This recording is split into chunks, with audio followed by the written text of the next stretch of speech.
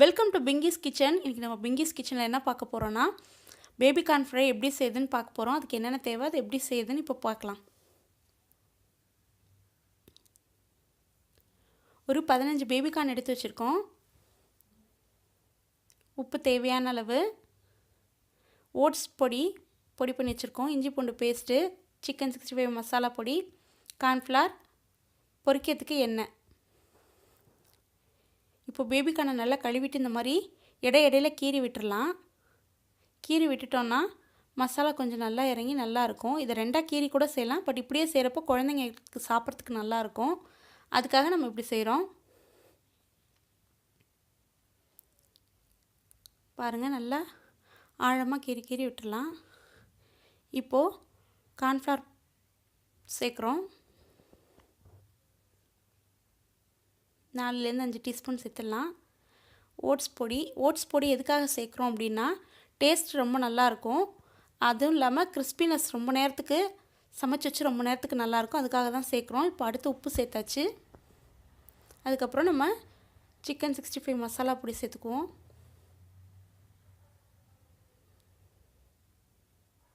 இஞ்சி பூண்டு பேஸ்ட்டு,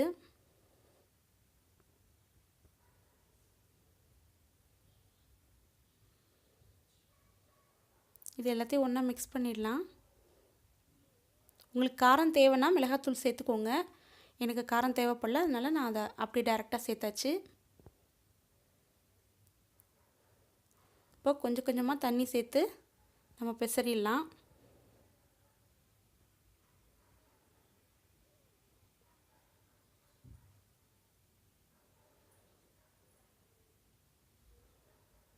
பாருங்கள், நல்லா பிசறி எடுத்தாச்சு.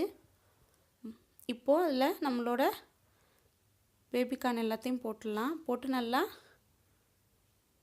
மசாலா உள்ளே போகிற அளவுக்கு நல்லா பிசறி எடுத்துப்போம். பாருங்கள், இது ஒரு 10-15 நிமிஷம் ஊறட்டும். அதுக்கப்புறம் நம்ம பொரிச்சு எடுக்கலாம். இப்போ பாருங்கள், எண்ணெய் காஞ்சிடுச்சு. ஆல்ரெடி ஒரு பேபிகார்ன் போட்டாச்சு, அடுத்ததையும் போட்டாச்சு.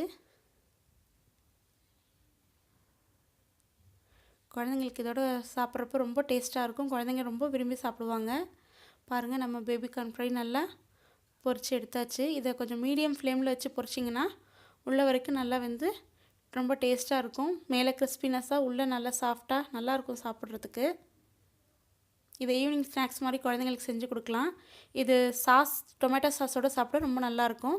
உங்களுக்கு இந்த வீடியோ பிடிச்சிருந்ததுன்னா லைக் பண்ணுங்கள், கமெண்ட் பண்ணுங்கள், ஷேர் பண்ணுங்கள். மறக்காமல் சப்ஸ்கிரைப் பண்ணுங்கள். தேங்க்ஸ் ஃபார் வாட்சிங்.